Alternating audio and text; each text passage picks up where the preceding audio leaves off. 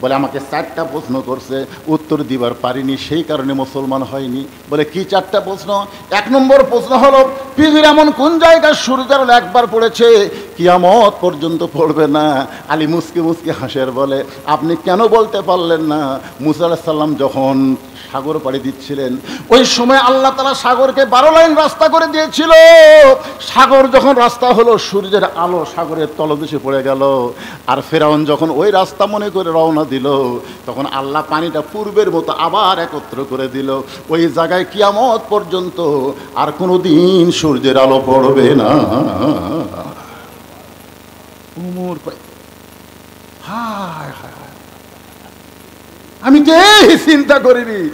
2 নম্বর প্রশ্ন হলো, কবর জীবিত, লাশটাও জীবিত, কবর লাশের নাম কি? আলী বলতে যে কবর হলো ইউনুস, কবর হলো মাছ, আর লাশের নাম হলো ইউনুস আলাইহিস সালাতু ওয়াস সালাম। কি নাম? জোরে কোন? ইউনুস কিন্তু একজন আল্লাহর নবী।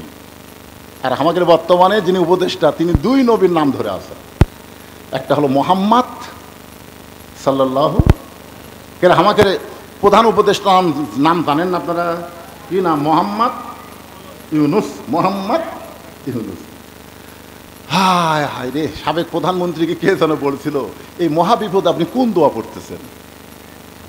বলবার গেলি খালি ওই দোয়াই মনে হয়, কিন্তু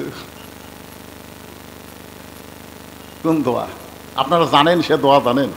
লা ইলাহা ইল্লা আনতা সুবহানাকা ইন্নী কুনতু মিনাজ জালিমিন। সবাই বলেন না কেন ভাই? বিপদ আপদ মুসিবত আমাদের সকলের সঙ্গে আছে না নাই? দরকার আছে নাই? কিন্তু দোয়াটার নাম কি? আরো জোরে জোরসে বলেন। হায় হায়, কি বেকায়দা।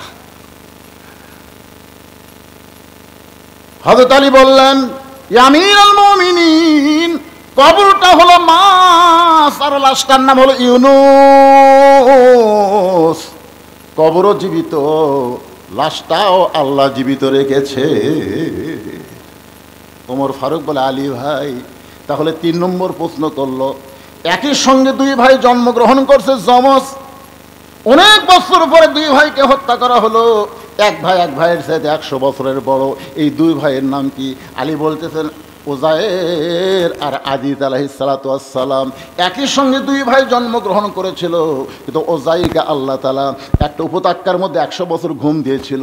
ওই ঘুমটা তার মৃত্যুর মধ্যে শামিল রেখে 2 জনকে একসঙ্গে যখন হত্যা করা হয়, তখন এক ভাই এক ভাইয়ের চাইতে 100 বছর বড় হয়ে গেল। ওমর বলতে, আলী 4 নম্বর প্রশ্ন করেছে, কারাগারে লাশটা থাকে, নিঃশ্বাস প্রশ্বাস নিতে পারে না, তারপরও ওই কারাগারে লাশটা জীবিত থাকে। সেই লাশ কি আর কারাগার কি? আলী বলতেন, কারাগার হলো মায়ের উদর, আর লাশটা হলো সন্তান। কি বলবো প্রসবের কথা, মা বিনে সেই ব্যথা কেউ তো বুঝিবে না। মাজন ঠিকিয়া সন্তানের দায়, অকালে মা মারা যায়, কেন সে মায়ের ভক্তি করবা না? এমন দরদি ভবে কেউ হবে না আমার মা গো। পর্দার অন্তরালে আমার মায়ের আছে না নাই? এজোর এখানে আছে না নাই? আমার মা, আপনি অত্যন্ত দামি, আপনার পায়ের তলে সন্তানের জান্নাত।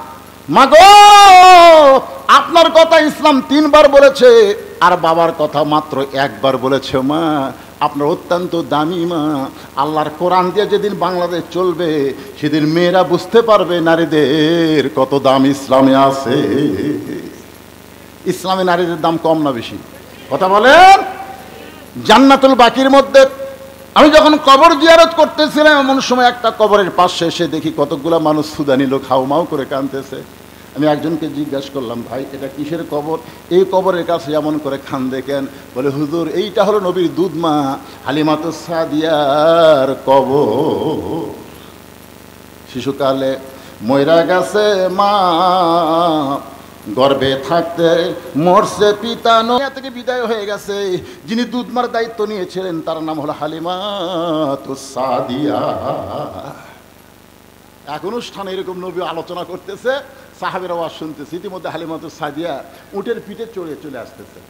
কতগুলা সাহাবী দৌড়ে গেল, এই বুড়ি এই বুড়ি, উঠ নিয়ে কোথায় যাবি, উঠ ব্রেক কর। সঙ্গে সঙ্গে নবী বললেন, সাহাবীরা ওই বৃদ্ধাকে তোমরা বাধা দিও না।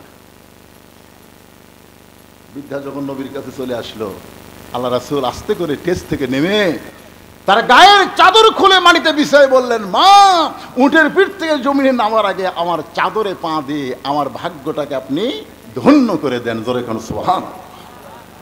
প্রত্যেকটা সাহাবীরা চমকে গেল, কিরে একটা বুড়ি নবীর গায়ের চাদর বিছিয়ে দিয়ে বলতেছে, মাটিতে পা না দিয়া আমার চাদরে পা দিলে আমার ভাগ্য ধন্য হবে, জীবন ধন্য হবে। আবু বকর বললেন, ইয়া রাসূলুল্লাহ, এই বুড়িটাকে তো আমরা চিনতে পারলাম না, যাকে আপনি এত সম্মান করতেছেন। রাসূল বললেন, উনি হলেন আমার দুধমা হালিমাতুস সাদিয়া।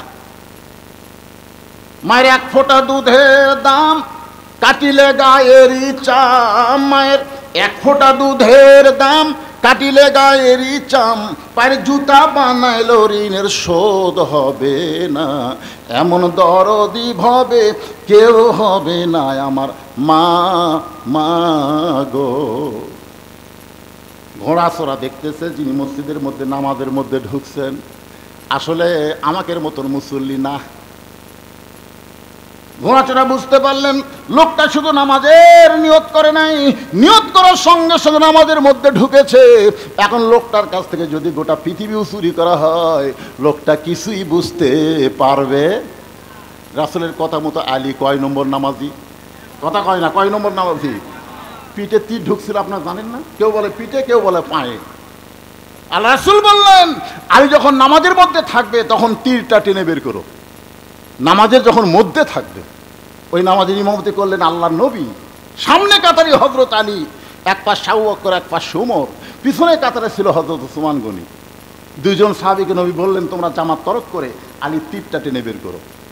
নামাজ যখন শুরু করছেন, তীর টান দেয়, পিছন থেকে আসে, ছাড়া দিলে আবার খাড়া হয়। জাবের আর হুযায়ফা দুই সাহাবী বলতেছে, এই মুহূর্তে টানা যাবে না, যখন নামাজের ভিতরে যাবে। নামাজের ভিতর কখন? আলী যখন নামাজের শেষদায় থাকবে, ওই সময় টানে বের করা লাগবে। পিঠের উপরে দুইজন পা দেয়া তো জোরে তীর টান মারছে, তীর শুধু বের হয় নাই, তীরের সঙ্গে গোস্ত পর্যন্ত সে আইছে। নামাজ শেষ করার পরে নবীর সামনে যখন তীর আর গোস্তের টুকরা জমা দেওয়া হয়, আল্লাহ নবী এত কান্না কানলেন। কাঁদার পরে বলেন, আলী রে। সঙ্গে সঙ্গে আলী বলে, লব্বাইক ইয়া রাসূলুল্লাহ। আলী, যেই তীর ধরে একটু নড়াচড়া করলে তুমি চিৎকার দিয়ে কান্তা, সেই তীর তোমার পিঠের ভিতর থেকে বের করা হলো। খালি তীর বের হয় নাই, তীরের সঙ্গে গোস্ত পর্যন্ত ছিঁড়াইল। আমি নবী জানতে চাই তুমি তখন ছিলে কোথায়? আপনারা বলেন তো, নবী জানে কি জানে না? কথা বলেন, জানে কি জানে না? এরপরে নবী আমাদেরকে শোনানোর জন্য বললেন, আলী, আমি জানতে চাই তুমি তখন ছিলে কোথায়? আলী বলতেছে, ইয়া রাসূলুল্লাহ, আমার মনে হয় আমার পিঠ থেকে যখন তীর টেনে বের করছে, গোস্ত ছিঁড়াইছে, আমি তখন কাবার ভিতরে ছিলাম। প্রত্যেকটা সাহাবী ওঠ কামড়ায়, কারণ নামাজ পড়েছে মসজিদ নববীতে, যেখান থেকে কাবা হলো 430 কিলো দূরে। 430 কিলো দূরে কাবার ভিতরে হযরত আলী কেমনে? সাহাবীদের মধ্যে কিছু সাহাবী বলা বলি করলো, ইয়া রাসূলুল্লাহ, আলী দুর্বল হওয়ার কারণে বলতেছে, হয়তো অসুস্থ হওয়ার কারণে বলতেছে, আমি তখন কাবার ভিতরে ছিলাম। কারণ আলী মসজিদ নববীর মধ্যে আপনার পিছনে নামাজ পড়লো, তাহলে কাবার মধ্যে ঢুকলো কেমনে? রাসূল বলেন, সাহাবীরা রে, আমি আলীর কাছ থেকে শুনতে চাই। আলী বলতেছে, রাসূলুল্লাহ, নামাজের নিয়ত করার পর আপনার শরীয়ত বলতেছে চোখ দুইটা খোলা রাখতে হবে। আমি দুইটা চোখ খুলে সেজদার দিকে তাকায় থাকলাম, কিন্তু এক সময় আমার দুইটা চক্ষু বন্ধ হয়ে গেল। আমি তখন অন্ধ হই নাই, আমি তখন দেখতে পাই আমার সেজদার জায়গায় আল্লাহর কাবা ঘর দাঁড়িয়ে গেছে। আল্লাহর কাবা ঘর সেজদার জায়গায় পাইয়া আমার দুইটা চোখ যখন কাঁদতেছে, চোখের পানিতে যখন গাল ভিজে যায়, এমন সময় নামাজের মালিক আল্লাহ ডাক দিল, আলী, তোর নামাজের সাইজ দেখে আমি আল্লাহ 430 কিলোর দূরে কাবা তোর সেজদায় হাজির করে দিলাম, এরপরেও তুই কেন এমন করে কাঁদতেছিস? আলী নামাজের মধ্যেই বলতেছে, আল্লাহ, আমার সামনে কাবা দিয়া তুমি আমারে খুশি করতে পারবো না, কারণ কাবার নামাজ পড়ি না, আমি নামাজ পড়ি কাবার মালিকের জন্যে। ফালিয়াবুদু রব্বা হাযাল বাইত, আমি কাবার নামাজ পড়ি না, আমি নামাজ পড়ি কাবার মালিকের জন্যে। যতক্ষণ পর্যন্ত কাবার মালিককে দেখতে না পাবো ততক্ষণ পর্যন্ত আমার চোখের পানি বন্ধ হবে না। সঙ্গে সঙ্গে দেখতে পাই আমার আল্লাহর কুদরতি পা, ওই পায়ের মধ্যে হযরত আলী নামাজের সেজদা দেয়। সুবহানাল্লাহ বলেন। আর সে আলী নামাজ পড়তেছে, আর ঘোড়া চোর কয় না আমাদের সাইজ ভালো, শুধু ঘোড়া। এই মনে করে যখন ঘোড়ায় টান দেয়, ঘোড়া সুর নড়ে কিন্তু ঘোড়া নড়ে না, ঘোড়ার চারটা পা বালির মধ্যে পুঁতে গেছে। সরলা বলেন। ঘোড়ার সমানে টানতেছে কিন্তু ঘোড়া নড়ে না। চোর চিন্তা করে চুরির নিয়তে ধরলাম, চুরি করার নিয়তেই ধরলাম, চুরি না করে আমি কেমনে যাই। নিয়ত কি? চুরি করা। জোরে কোন কি করা? চুরি করার নিয়তে ঘোড়া ধরলাম, আর ঘোড়া নড়তেছে না। তার মানে ঘোড়া চড়া রাগ করে ঘোড়ার লাগাম খুলে নিয়ে চলে যায়। ঘোড়ার লাগাম খুলে যখন ঘোড়া চড় নিয়ে গেছে, এমন সময় হযরত আলী নামাজ শেষ করেছে। নামাজ শেষ করার পরে পকেট থেকে 2টা দিরহাম বের করেছে, বের করে হাতের মধ্যে নিছে। কারণ মিন শারিল ওয়াসওয়াসিল খান্নাস, হয়তো নফস বলতে পারে আলী তোর নামাজ হয়ে গেছে, 2 দিরহাম দেওয়া লিখবি কেন? তুই কি চুক্তি করছিস নাকি? বলেন না। তাহলে 2টা দিরহাম কেন দেওয়া লাগবে? নফস যেন ধোঁকা দিবার না পারে, সেই কারণে হযরত আলী 2টা দিরহাম হাতের মধ্যে নিয়ে আল্লাহর ঘর মসজিদ থেকে বের হচ্ছে। আপনার বলেন তো, মসজিদ থেকে যখন বের হবেন তখন খুব জোরে জোরে বের হওয়া যাবে? জোরে জোরে তড়িঘড়ি কথা কয় না, তড়িঘড়ি করে বের হওয়া যাবে? এত জোরে মসজিদ থেকে বের হয়, কার স্যান্ডেল কুটি চলে যায়। আল্লাহ রাসূল বলেছেন, মসজিদ থেকে যখন বের হবে মসজিদ দরজার দিকে তাকায় তোমার চোখের পানি বের করে কানবে আর বলবে, আল্লাহ যে নামাজ পড়ে আমি রওনা দিলাম, এটাই যদি আমার জীবনের শেষ নামাজ হয়, আর একটা নামাজ যদি পড়ার আমি হায়াত না পাই আল্লাহ, তাহলে হয়তো এটাই আমার জীবনের শেষ নামাজ। আল্লাহ তুমি নামাজটা কবুল করো। আল্লাহুম্মা ইন্নী আসআলুকা মিন ফাদলিক। ধরে কোন সুবহানাল্লাহ। আল্লাহর ঘর মসজিদ যখন নামাজ পড়বেন মনে করবেন ওই নামাজ আপনার জীবনের শেষ নামাজ। প্রত্যেকটা মুসলমান যদি মনে করে আজকের এই নামাজ আমার জীবনের শেষ নামাজ, তাহলে নামাজের মধ্যে তড়িঘড়ি করবে না, কারণ জীবনের শেষ নামাজটা ভালো করেই পড়বে। জোরে কোন কথা ঠিক কি না? দোয়া পরে মসজিদ থেকে বের হয়ে ঘোড়ার কাছে এসে দেখে ঘোড়া আছে কিন্তু মানুষ নাই। হযরত আলী তাকায় দেখে ঘোড়ার মুখে লাগাম পর্যন্ত নাই। লাগাম বোঝেন? 80 তলায় শের যদি হয় 40 সারে মন, মনে মনে মিল না হলে মিলবে না ওজন। পাগল মন, মন রে মন কেন এত কথা বলে? দেহ আছে মসজিদে, মন থাকে বাড়িতে। ধরে কোন কথা ঠিক? একটা দুনিয়ার ঘোড়াকে বাধ্য করতে গেলে যেমন লাগাম দেওয়া লাগে, আপনার মনটাকেও বাধ্য করতে গেলে আপনাকে 3টা লাগাম দেওয়া লাগবে। ধরে বলেন কয়টা? 3টা লাগাম যদি আপনি সেট করতে পারেন, আপনি থাকবেন যেখানে, আপনার মনটাও থাকবে সেখানে।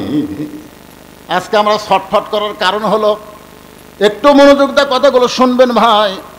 হযরত আলী তাকায় দেখে ঘোড়ার মুখে লাগাম নাই। এখন হযরত আলী কি করবে? কারণ লাগাম ছাড়া ঘোড়ার পিঠে চললে ইচ্ছা মতো চলা যাবে না, ঘোড়ার ইচ্ছায় চলা লাগবে। যে মোটর সাইকেলে ব্রেক নাই, ওই মোটর সাইকেলকে আপনার ইচ্ছা মতো চলবি। কথা কয় না কেন? আপনার ইচ্ছা মতো চলবি। মোটর সাইকেল ইচ্ছা মতো আপনাকে চলা লাগবে, কারণ কি নাই? কথা কয় না, কি নাই? ব্রেক ছাড়া গাড়ি আর লাগাম ছাড়া ঘোড়া একই অবস্থা। এখনো হযরত আলী ঘোড়ার মুখের লাগাম কোথায় পাবে? ঘোড়ার কাছে দাঁড়িয়ে তাকায় দেখে যদি কোনো মানুষ পায় তাকে একটু বলবো আশেপাশে বাজার থেকে একটা লাগাম সে যেন কিনে এনে আমারে দেয়। এই নিয়তে হযরত আলী দাঁড়ায় আছে। এমন সময় দেখে একজন আল্লাহর বান্দা রাস্তা দিয়ে আসতেছে। একজন আল্লাহর বান্দা রাস্তা দিয়ে আসতেছে। সঙ্গে সঙ্গে হযরত আলী একটু মুরাকাবার হালতে চিন্তা করলেন, এর আগেও তো একজন আমার কাছে আইছিল, যাকে বিশ্বাস করে ঘোড়া দিয়া 2টা দিরহাম দেওয়ার নিয়ত করেছিলাম। আয়সা দেখি ঘোড়া আছে, লোকটাও নাই, লাগামও নাই। এখন যে ব্যক্তি আসতেছে এজন্য অনুমান করা যাবে, সবাইকে সমান মনে করা যাবে, এই মনিকে হত আলী যখন একটু চিন্তা করে, এমন সময় লোকটা বলে, আসসালামু আলাইকুম ইয়া আলী। জোরে কান সুবহানাল্লাহ। লোকটা বলতেছে, আসসালামু আলাইকুম আলী। আলী, তোমার উপরে আল্লাহ রহমত বর্ষিত হোক। সঙ্গে সঙ্গে হত আলী বল, ওয়ালাইকুম আসসালাম ভাই, আপনি আমাকে চিনেন? নাম ধরিছে, চিনে না? জোরে কান, চিনে কি চিনে না? আগেরটা, আগে যেটা সেটা কি বলছিল, আপনি কে হুজুর? আর এইটা বলতেছে আপনাকে চিনে না, এমন মুসলমান দুনিয়াতে নাই। সোনালা বলেন না কেন? আলীকে বলতেছে আপনারা চিনে না, এমন মুসলমান দুনিয়াতে নাই। কারণ আল্লাহ নবী বলেছেন, দুনিয়ার শ্রেষ্ঠ বাবা যদি দেখতে চাও তাহলে আলীর দিকে তাকাও। আলীর দুইটা সন্তান জান্নাতি যুবকদের সর্দার হবে। দুনিয়ার শ্রেষ্ঠ স্বামীকে যদি দেখতে চাও তাহলে আলীর দিকে তাকাও। আলীর বউ জান্নাতি নারীদের নেত্রী হবে। সুবহানাল্লাহ না কেন? আলীর বউ কি হবে? আপনারা কি আমার কথা ঠিক মতো শুনতে পাচ্ছেন? এ ভাই, বুঝতে পারতেছেন? তাহলে দুনিয়ার শ্রেষ্ঠ বাবা কে? হযরত আলী। তার দুইটা সন্তান জান্নাতি যুবকদের সর্দার, আর শ্রেষ্ঠ স্বামী হলেন হযরত আলী। তার বউ হলো জান্নাতি নারীদের নেত্রী। আপনাকে চিনে না এমন মানুষ মুসলমান দুনিয়াতে নাই। এমন মুসলমান মানুষ আছে, কিন্তু এমন মুসলমান দুনিয়াতে নাই। কারণ মুসলমান মাত্রই জানে হযরত আলী সাধারণ কোনো মানুষ। ভাই, পিছন দিকে কি শুরু হলো রে? বৃষ্টি হচ্ছে?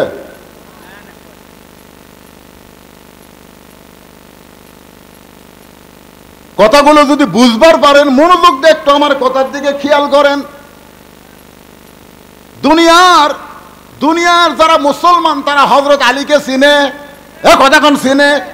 বাংলাদেশের যারা মুসলমান তারা আল্লামা সাঈদীকে চিনে, কিন্তু জানে জানে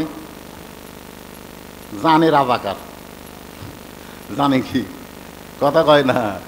গাড়িসাপাড়ার মাহফিলে যেই ওয়াজ আমার গোটা পৃথিবী ভাইরাল হয়েছে, ওয়াজের মধ্যে কিন্তু আমি বলেছিলাম, আল্লামা সাঈদী হুজুর যদি এখানে এসে ওয়াজ করতো, আমার মতন টুড্ডা মৌলবীর ওয়াজ করে শুনবি? হুজুর যত ওয়াজ করেন আপনি, পরে আল্লামা সাঈদী আসার পরে আর কোনো বক্তার চান্স, সবাই তাকে রাজাকার বললেও ক্ষতি নাই, কিন্তু বক্তার জগতে এমন কোনো শ্রোতা নাই যে আল্লামা সাঈদীরে চিনে না। জোরে কোন কথা ঠিক কিনা? এখনো হযরত আলীরে চিনে না এমন মুসলমান দুনিয়াতে নাই। তুমি আমারে কেমনে চিনলা ভাই? বলে, জোহরের নামাজের ইমামতি করতেছেন আল্লাহর নবী। প্রথম রাকাতে 3 বার সুবহান রাব্বিল আলা বলে সেজদা দিছে। একই রাকাতে 2 বার সেজদা আছে না নাই? ধরে কোন আছে না নাই? দ্বিতীয় সেজদায় গিয়ে নবী আর সেজদা থেকে মাথা তোলে না। সাহাবীরা চিন্তায় পড়ে গেল। প্রথম সেজদায় 3 বার সুবহান রাব্বিল আলা বললাম, নবী সেজদা তুললো। দ্বিতীয় সেজদায় গিয়ে এত লম্বা সেজদা নামাজ শেষ হওয়ার পরে রাসূল বলেন, সাহাবীরা রে, তোমাদের সকলের মনের মধ্যে একটা কথা বুদবুদ করতেছে, আমি দ্বিতীয় সেজদা এত লম্বা কেন দিলাম? আমার ইচ্ছা করে দেই নাই। হাসান হোসেন আমার কাঁধে চড়ে বসেছে। এখন ওরা 2 জন থাকা অবস্থায় আল্লাহ পাক আমাকে সেজদা তুলতে নিষেধ করেছে। আপনি এমন সন্তান, 2 জনের বাবা, নবীর কাঁধে বসলে নবীর সেজদা থেকে মাথা তোলে না। একই সঙ্গে আব্দুল্লাহ আর হুসাইন পড়তো একই মাদ্রাসায়, 2 জন একই সঙ্গে যাইতো। একদিন হঠাৎ হোসেনের মনে একটু রাগ হয়ে কলম ফেলে দিছে। আব্দুল্লাহ বলে, কলমটা এনে দে। আব্দুল্লাহ দৌড়ে গিয়ে কলম এনে দেয়। হোসেন আবার ফেলে দেয়। এই আব্দুল্লাহ, কলমটা আমার এনে দে। আব্দুল্লাহ বলতেছে, হোসাইন আমার সঙ্গে এমন কেন করতেছো? আমার বাবা হলো অর্ধ পৃথিবীর খলিফা হযরত ওমর। সঙ্গে সঙ্গে হোসেন বলে, তুই আমার গোলাম, তোর বাপ আমার গোলাম, যা। যেই বলছে তুই গোলাম, তোর বাবা গোলাম, সঙ্গে সঙ্গে আব্দুল্লাহ দৌড়ে গিয়ে বাবার কাছে কান্দে বলে, বাবা হোসাইন বারবার কলম আমাকে এনে দিতে বলে, আমি 2 বার আনা দেওয়ার পর আবার যখন ফেলে দেয়, আমি আনা দেইনি বলে আমি একটু বলেছি, আমার বাবা অর্ধবিধির খলিফা, তুমি খামারে ছিল না, এমন কেন করতেছো? হোসেন বলে, তুই গোলাম, তোর বাপ আমার গোলাম। ওমর ফারুক বলে, আব্দুল্লাহ এই কথা কি হোসেন বলেছে? বলে, অবশ্যই বলেছে। জুমার দিনে হোসাইনকে ডাক দিয়ে বললেন, বাবা তুমি নাকি বলেছো তুই গোলাম, তোর বাবা আমার গোলাম, এই কথা কি সত্য? হোসেন বলতে, আপনি সত্যি করে বলেন তো, আমার নানার গোলাম হইতে কি আপনার আপত্তি আছে?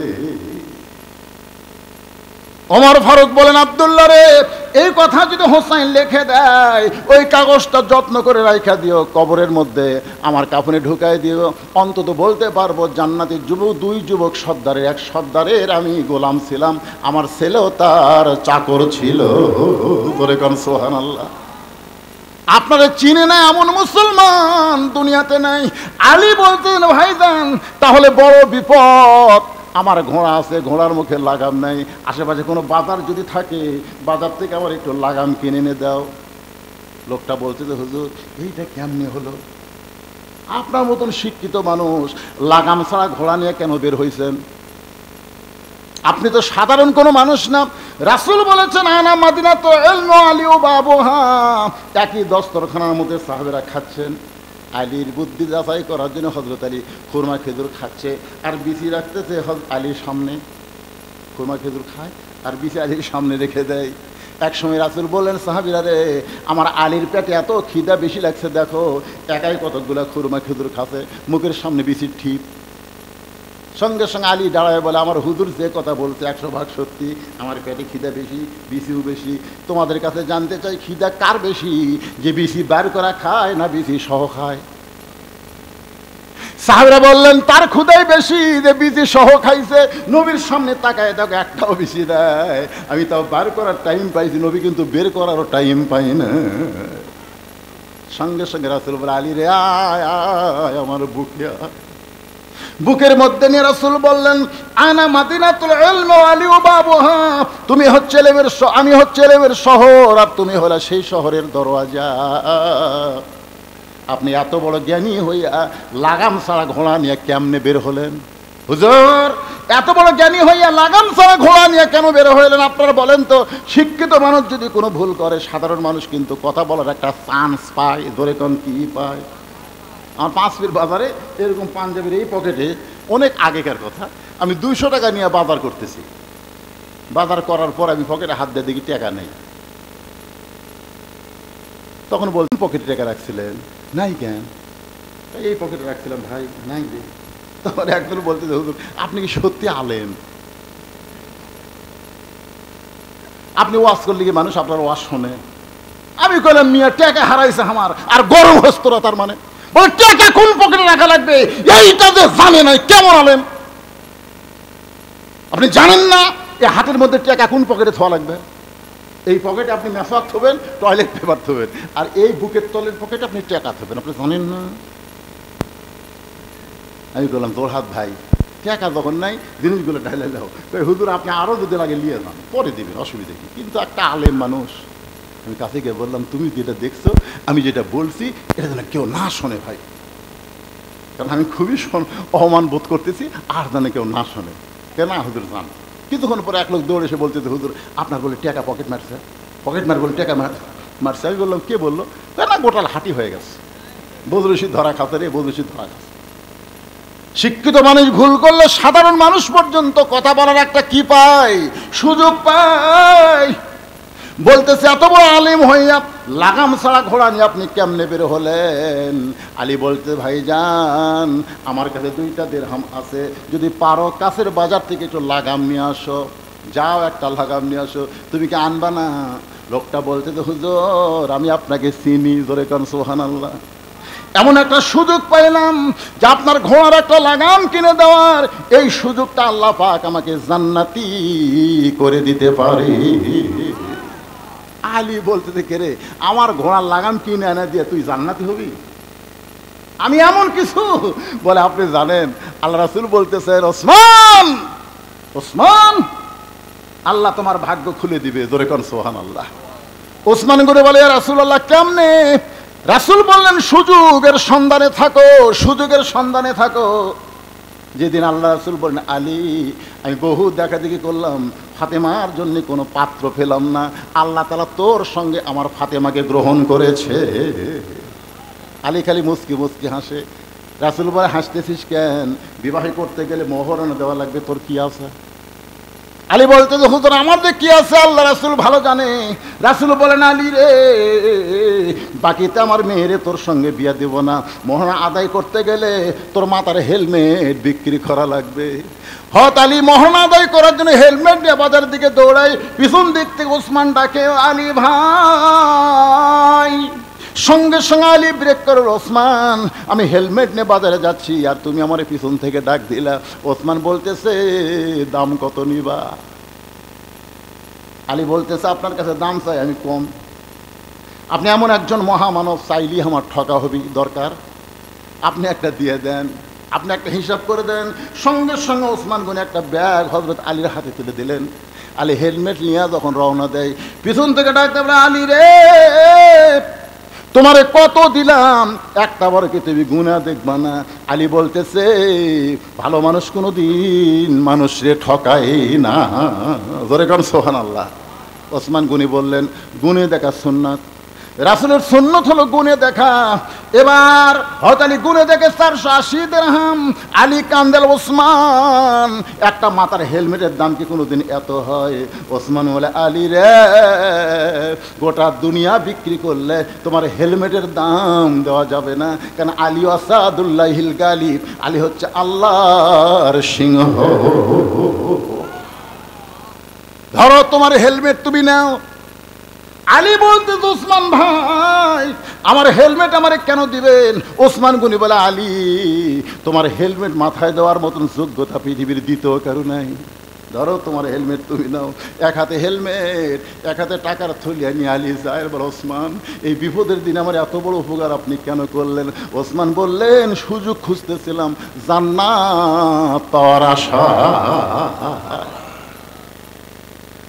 ওসমান গনির মতন মহান সাহাবী যদি সুযোগ খোঁজে জান্নাত পাওয়ার আশায়, আজকে আপনার ঘোড়ার লাগাম কিনে দিয়া আমিও সেই জান্নাত। জোরে বলেন সুবহানাল্লাহ। 2টা দিরহাম নিয়ে লোকটা বাজারের মধ্যে ঘুরতেছে, ঘোড়ার লাগাম কোথায় পাওয়া যাবে, কোথায় ঘোড়ার লাগাম? সবাই বলতেছে ভাইজান এই বাজারের মধ্যে কোনোদিন ঘোড়ার লাগাম বিক্রি হয় না, ঘোড়ার লাগাম যদি নিবার চাও এখান থেকে অনেক দূরে আর একটা বাজার আছে, সেই বাজারে যাও। চিন্তার মধ্যে পড়ে গেল, তাহলে কি এই বাজারের মধ্যে ঘোড়ার লাগাম নাই? মনটা খারাপ করে লোকটা যখন ঘুরতেছে, এমন সময় এক ব্যক্তি বলতেছে ভাইজান কে নিবা ঘোড়ার লাগাম? আমি লাগাম বিক্রি করতে চাই। সামনে গিয়ে বলতেছে ভাই দাম কত? বলে 2টা দিরহাম দিলেই চলবে। লোকটা চমকে গেছে, আলী তারি কয় দিরহাম দিছে? জোরে বলেন কয় দিরহাম? বলতেছে 2 দিরহাম দিলেই চলবে। সঙ্গে সঙ্গে হাতটা ধরে বলতেছে আল্লাহ পাক তোমাকে জান্নাত দেখ। চোরচম করছে, কিরে ভাই আল্লাহ পাক তোমার জান্নাত দেখ, এরা কেন দোয়া করতেছে? বলে ভাইজান শুনলাম এই বাজারে লাগাম নাই, আর তুমি আমার লাগাম দিচ্ছ, এইটা তুমি বিশাল একটা উপকার করতেছো, আল্লাহ যেন তোমার জান্নাত দেয়। চোর খালি চমকা ওঠে। ঘুষের টাকা দিছে মসজিদে, বক্তা খালি দোয়া করতেছে আল্লাহ 10,000 টাকা দিছে, আল্লাহ তোর ওর বাপ মাকে আল্লাহ তুমি জান্নাত দে, দাদা দাদি 14 গোষ্ঠীকে আল্লাহ জান্নাত দেয়। আল্লাহ কয় পাগলা রে বক্তা, 2 টাকা দিল তুই দোয়া করিস নি? 2 টাকা তার হালাল ছিল, আর 10,000 টাকা দিছে দোয়া করতেছিস, মার হাওয়া মারতেছিস, এই টাকা তো হারাম টাকা। আল্লাহর ঘর মসজিদে হারাম টাকা দিলে হবে না, মসজিদ তৈরি করতে হবে হালাল টাকা দিয়ে। জোরে বলেন কথা ঠিক কি না? কথা বলেন ভাইজান। আল্লাহর ঘর আমাদের বাংলাদেশে ভিক্ষা করে মসজিদ করতে হয় আমাদের বাংলাদেশ। আপনারা একটা ব্যক্তির নাম শোনেন, অনেক ছেলেরা তাকে চিনবে, আপনার হয়তো অনেকে চিনবেন না, নাম হলো শহীদ আফ্রিদি। নাম শুনছেন? শহীদ আফ্রিদির নাম শুনতেন? পাকিস্তানের ক্রিকেটার।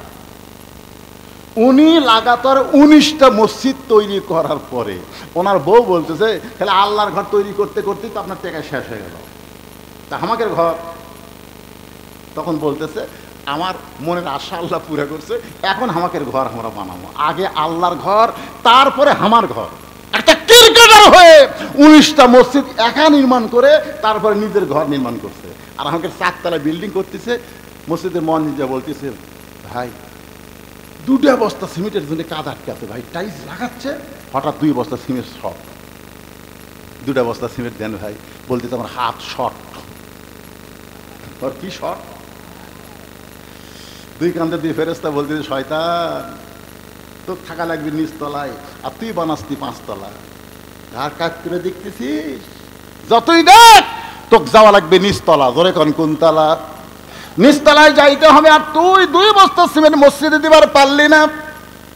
মসজিদে যখন দান বাক্স মুসল্লির সামনে আসে, অনেক মুসল্লি দেখবেন দান বাক্স আসে না, আপনাকে সামনে গিয়ে দান বাক্স আসে না, আসার পরে দেখবেন অনেক মুসল্লি পকেটের দিকে খেয়াল করে। 500 টাকা, 200 টাকা, 100 টাকা আছে, 10 টাকা নাই। যেই দেখতে 10 টাকা নেই তখন এভাবে কে ধরে এত জোরে মারে, 2 মুসল্লি পার হয়ে যায়। ওই 2 মুসল্লি ওর উপর খুশি হয়ে বলতে, দেখলে তোর হাতত বল আছে। তার কান্দের ফেরেশতাকে আল্লাহ কি লেখমো, কি লেখমো আপনি বলেন? আপনি যে আমাকে 2 কান্দত বসে থাকেন, এর তো লেখার মতন কিছু নাই। এর পকেট ভরা টাকা থাকার পরও এই দান বাক্স ঠেলা মারলো, এর কি লেখমো? আল্লাহ বলতেছে দান বাক্স ঠেলা মারে নাই, ওই হাত দেওয়ার জান্নাতকে ঠেলা মারছে। কি সুবহানাল্লাহ না নাউযুবিল্লাহ? একজন টাইনা কথা সুবহান। কে ভাই রাগ করে আবার শুনতেছেন?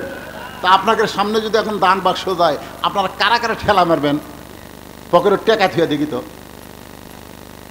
পকেটের টাকা থুয়া দান বাক্স ঠেলা। ওই যে 2 জন উঠছে, ঠেলা পাটি 2টা উঠছে দেখেন। এই সময় যারাই উঠবে বুঝবেন তারা হলো ঠেলা পাটি। ধরে এখন কি পাটি? আপনার কাছে কি 10টা টাকাও নাই? 50 টাকা, 100 টাকা যে যা পারবেন। মসজিদ কমিটির মুসল্লি ভাইদেরকে আমি বলবো, এই সময় আপনারা একটু ব্যাগ নিয়ে রুমাল নিয়ে ভিতরে ঢোকেন। সবাই পকেট থেকে চকচকা টাকাটা দিবেন। যেই টাকা পান আলা নেয় না, চা আলা ধরে না, ছিঁড়া টাকা, ওইটা দিবেন না। লান তানালুল বিররা হাত্তা তুনফিকু মিম্মা তুহিব্বুন। আল্লাহ কোরআনে বলেন, তোমার সবচেয়ে মহব্বতের জিনিসটাই তুমি আল্লাহ রাস্তায় দান করে দিও। গুনাহ হলেও সওয়াব আর গুনাহ মাইনাস প্লাস হয়ে যাবে। মাইনাসে মাইনাস প্লাস হবে, প্লাসে প্লাসে মাইনাস হবে। কিন্তু গোস্ত খাওয়া তো আমার ফাও হয়ে যাবে। আজকে মনোযোগ দিয়ে কথাগুলো শোনেন। লাগাম 2 দিরহামে কিনে লোকটা নিয়ে আসলো হযরত আলীর কাছে। যখন হাতে লাগাম দেয়, আলী লাগাম পাওয়ার পরে ছোট বাচ্চার মতন কান্না শুরু করে দিলেন। বলে, হুজুর আপনার কি লাগাম পছন্দ হয় নাই? আলী বললেন, যে এটা বান্দার জন্য হালাল ছিল, কর্মদোষে হারাম করে নিল। আপনি বলেন তো, ওই 2টা দিরহাম ওই বান্দার জন্য কি ছিল? হালাল ছিল। কেন? আলী নিয়ত করেছে নামাজ শেষ করার পরে তাকে 2টা দিরহাম হাদিয়া দিবে। কিন্তু হাদিয়া না নিয়ে বেটা নিছেই ঠিকই, কিন্তু হালাল নেয়নি, হারাম করে নিয়েছে। জোরে কোন কথা ঠিক কি না? আপনি যতই কামাই করেন, যতই বাড়ি গাড়ি করেন, আপনি সব কিছু খাইতে পারবেন না। যতটুকু রিজিক আল্লাহ আপনাকে দিয়েছে, এর বেশি কিন্তু আপনি নিতে পারবেন না। আজকে বাংলাদেশ থেকে lakh crore dollar, billion dollar, 95 billion dollar Bangladesh থেকে পাচার করা হয়েছে। যারা পাচার করছে, আপনারা বলেন তো, সারা জীবন যদি টাকা খায় তাও কিন্তু তারা ফুরাবার পারবে না। প্রতি সন্ধ্যায় যদি বলে আমি 1 লাখ করে টাকা খামো, কত করে? 1 লাখ করে টাকা ভিজা তারপরে খামো। ওই টাকা খাইলেও সারা জীবন দৈনিক 3 লাখ করে যদি খায়, তারপরও সারা জীবন একটা ব্যাংকের যে টাকা চুরি করছে সেইটার খাইয়ে শেষ করতে পারবে না। তাহলে এত টাকা পাচার করে কি হলো? আপনাদের পাশেই হলো নাটোর জেলার সিংড়া থানা। ধরে এখন ঠিক কিনা? বাবা পলক আমাকে চাফা করে ডাকছে। কি সুন্দর চেহারা, ফুটফুটা, বয়স কম, অল্প বয়সে বাবা যে আমার জেলখানার মধ্যে ঢুকলো। এত টাকা কামাই করলা, তোমার বউ বিদেশের মাটিতে গিয়া এখন আবার কি করছে, যে ভিডিও ছাড়তেছে। আল্লাহর বান্দার একটু মনোযোগ দেন। আমার পাশের ভাইজান বলতেছে, কালা কুদ্দুসের কি হলো? একটা গান আমি ছোটবেলা শুনেছিলাম, যদি ফুলগুলো হয় অভিমানে ঝরে যায়, আমি মালা গেথে বলো কারে পরাবো, সে যে কেন এলো না, কিছু ভালো লাগে না, কবরে আসুক তারে আমি মজা দেখে। মজা পাচ্ছে কি পাচ্ছে না কথা বলে। আজকে গুরুদাসপুরে কোরআনের বাগান লেগেছে, কোরআনের মাহফিল হচ্ছে। তুমি যদি দুনিয়াতে থাকতে তুমি এটা হতে দিতে না। আল্লাহ দেখতে তোমারে নিয়ে যাব, কিন্তু আমার কোরআন কেউ কোনোদিন বন্ধ করতে পারবে? ইউরিদুনা লিউথিউ নূরাল্লাহি বিআফওয়াহিহিম ওয়াল্লাহু মুতিম্মু নূরিহি ওয়ালাউ কারিহাল কাফিরুন। আল্লাহ পাক আজকে কোরআনের বাগান এখানে কবুল করেছে। যে বৃষ্টি হয়েছিল 2 দিন আগে, জোরে কোন কথা ঠিক কিনা? চিন্তা করলাম কত বছর করতে দিল না, এবার কার দোষ দিব? আমরা গত বছর যখন মাহফিল হচ্ছিল না তখন বলতাম যে হাসিনা বন্ধ করে দিল রে, হাসিনা বন্ধ করে দিল। এবার যদি বৃষ্টির কারণে বন্ধ হয় তাহলে দোষ কার? কথা কয় না, দোষ কার? তা আমি কইলাম আল্লাহ আল্লাহ গত বছর তো যাই হোক বন্ধ হচ্ছে, এবার যেন বন্ধ না হয়। আল্লাহ তাআলা সুন্দর একটা পরিবেশ দিল। সুবহানাল্লাহ কম। আল্লাহ পাক আজকের মাহফিলকে কবুল করুক, ধরে কোন আমিন। আস্তাগফিরুল্লাহাল্লাযী লা ইলাহা ইল্লা হুয়াল হাইয়ুল কাইয়্যুম ওয়া তুবু ইলাইহি। আপনারা অত্যন্ত ভালোবেসে আমাকে সেই অনেক আগ থেকে 2006 সাল থেকে দীর্ঘদিন আমি ওয়াজ করছি। ওয়াজ করে কি করছে আমার শাহিদ আলী ভাই জানে, আপনারা যারা দাওয়াত দিবার যান আমার ওখানে তারা জানে। আমি কিন্তু ওয়াজ করে যে কামাই করছি সমস্ত টাকা আল্লাহ রাসূলের জন্য আমি খরচ করছি। বর্তমান 235 শতক জায়গার ওপর মসজিদ, মাদ্রাসা, ইতিমখানা। এইবারে আল্লামা সাইদি হুজুরের নামে একটা কনফারেন্স সেন্টার করলাম কয়েক লক্ষ টাকা দিয়ে, আল্লামা সাইদি হুজুরের নাম, অডিটোরিয়াম, যেখানে অনেক আল্লাহর বান্দার একত্র হয়ে কোরআনের ময়দানে ইসলাম আন্দোলনের কর্মসূচি পালন করতে পারবে এবং বহু কাজ হবে সেখানে। আলহামদুলিল্লাহ এইগুলো আমি করছি। পৃথিবীর কারো কাছ থেকে একটা টাকা দান সদকা মিলেই নেই।